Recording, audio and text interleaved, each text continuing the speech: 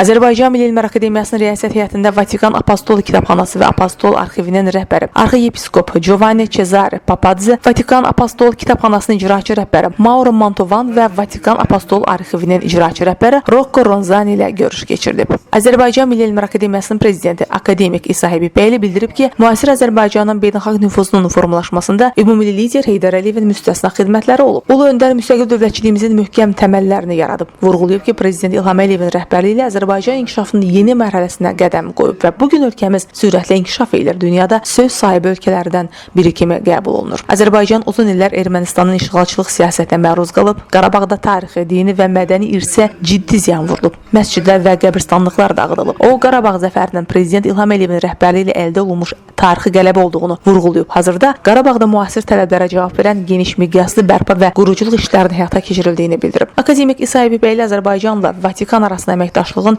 yüksək səviyyədə inkişaf etdiyini diqqətə çatdırıb. Prezident İlham Əliyevin və birinci vitse-prezident Mehriban Əliyevanın müqəddəs taxt-tacla əlaqələrə xüsusi önəm verdiklərini söyləyib. Akademik İsa Həbibbəyli birgə əməkdaşlıq çərçivəsində ilkin olaraq Vatikan Apostol Kitabxanası və Apostol Arxivində saxlanılan Azərbaycana dair arxiv materialları, əlyazmalar və sənədlərin kataloqunun hazırlanmasının əhəmiyyətini vurğulayıb. Akademik İsa Həbibbəyli Vatikan fondlarında qorunan materiallar əsasında hazırlanacaq əsərlərin Azərbaycan elminin inkişafına və dünya elminə yeni töhfələr verəcəyini söyləyib. Vatikan Apostol Kitabxanası və Apostol Arxivinin rəhbəri arxiyepiskop Giovanni Cesare Papadze öz növbəsində qonaqpərvərliyə görə minnətdarlığını bildirib. Ölkəmizdə olmaqdan məmnunluğunu dilə gətirib. O, anlaşma memorandumunun imzalanmasına görə Heydər Əliyev fonduna və Azərbaycan müqəddəs taxt-tacdakı səfirinə minnətdarlığını ifadə edib. Vatikan Apostol Kitabxanası və Apostol Arxivində zəngin materialların, kitabların, əlyazmaların, sənədlərin qorunduğunu deyən Giovanni Cesare Papadze memorandum çərçivəsində birgə real layihələrin həyata keçirilməsinin zəruriliyinə toxunub.